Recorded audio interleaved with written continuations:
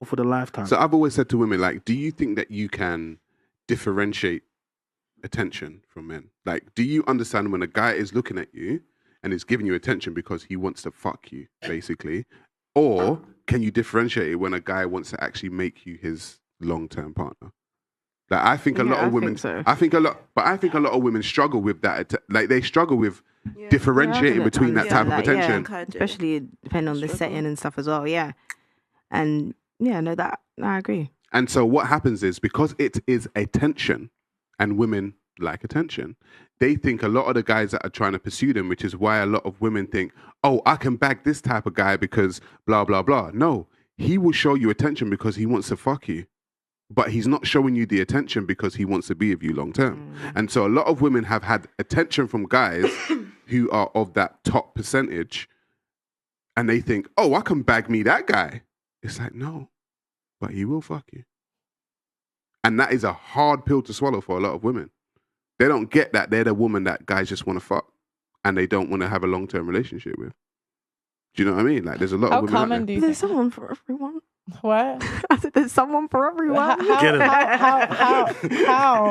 How when women make up 55% of the population? Yeah, there's more of us than there are of them. But yeah, choices. So then if there's I genuinely think someone's got to be the hookers.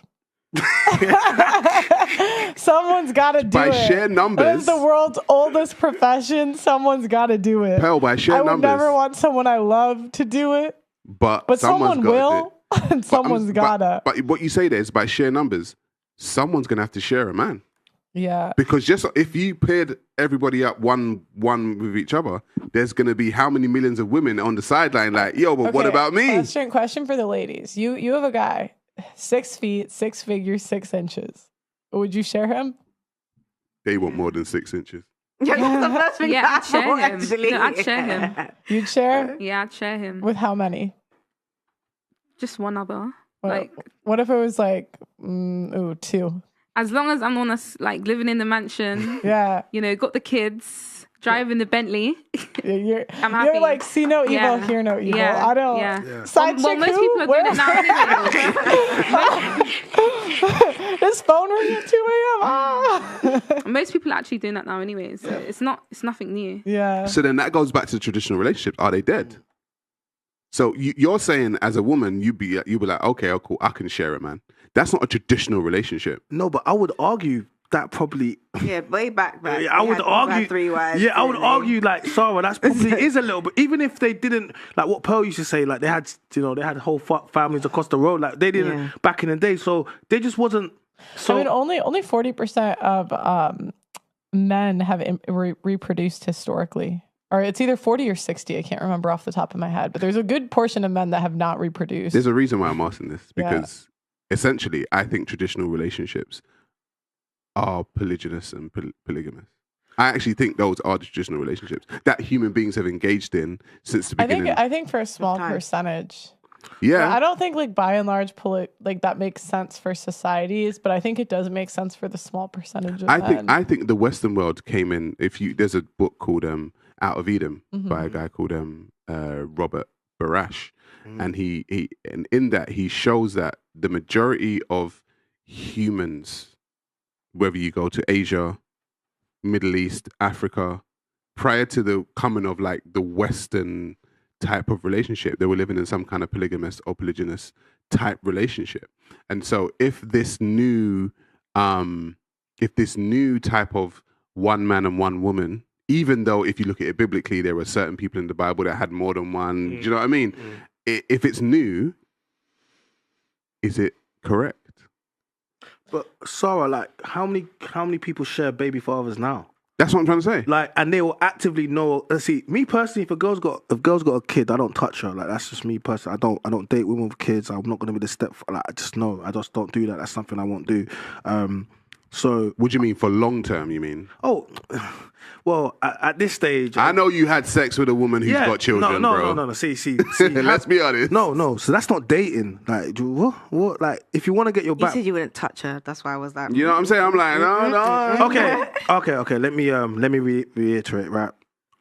And still, now I wouldn't touch her because I don't. Once I hear a kid, I leave that for the guys with the kids and the, you know what I mean. Okay. I don't have any kids, so why am I going to entertain a woman Right, with kids? okay, Do you understand? fair enough. And that's my thing, and that's my thing. But if a woman had a child, there's no way I'll be saying by another man that, you know what, I'm going to give you another child. But women will happily have a baby with a guy that they know has got a baby mother, 2 other baby mothers. And a guy that left his woman already, or left her, there's difference between a lot of the times man just have babies with girls and then just keep it moving. Because it's in that top 20%. Yeah, but then you will still go and do that. So women always share baby fathers and that, because one guy will have one. But that's why women are always fighting with other women over the man. Yeah, so that polygamy thing, they do it, whether or not they do it consciously, they accept it when they say, you know what, you've got a kid, I'm going to chat to you. The moment a man says to you he's got a kid, you're supposed to tell him to move on. I don't deal with you. But you women will still chat to him. The moment you still chat to him is the moment you agree with it. Me personally, you got a kid, that's never going to happen, because I know I'm not going to be a stepdad. So you're saying people with children should deal with people with children, people without children should deal with people without children? Yeah, see, blended family, that's all good. Like, if I got a kid, you got a kid, we get together, you know what I mean? Brady Bunch, whatever you want to call it. But personally, if I come out single, I hate being out in single environments and meeting people with kids, because I'm like, why are you the baby? Listen, I don't disagree. I think, you know,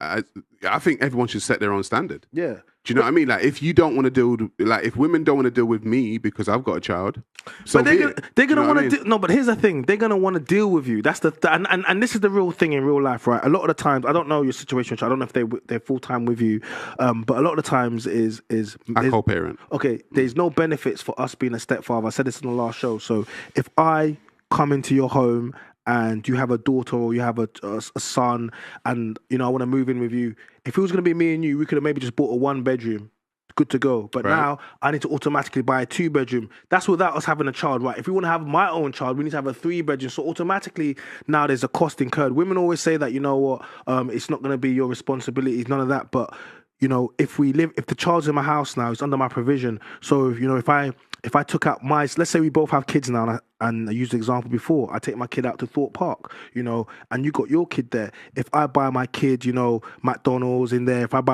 I go and win my kid things, and then your kid wants something, I said, actually, no, go and get your father to buy it, you're going to have a problem with that. But that's what I mean, automatically that child's going to become a cost. If he goes to school, and if I decide that I want to send my kid to private school because I have the funds for it, but I tell your kid not to tell his father to do it, women are going to have a problem with it. If I decide I want to buy my kids Jordans, but I want to buy your kid actually, I don't want to tell you.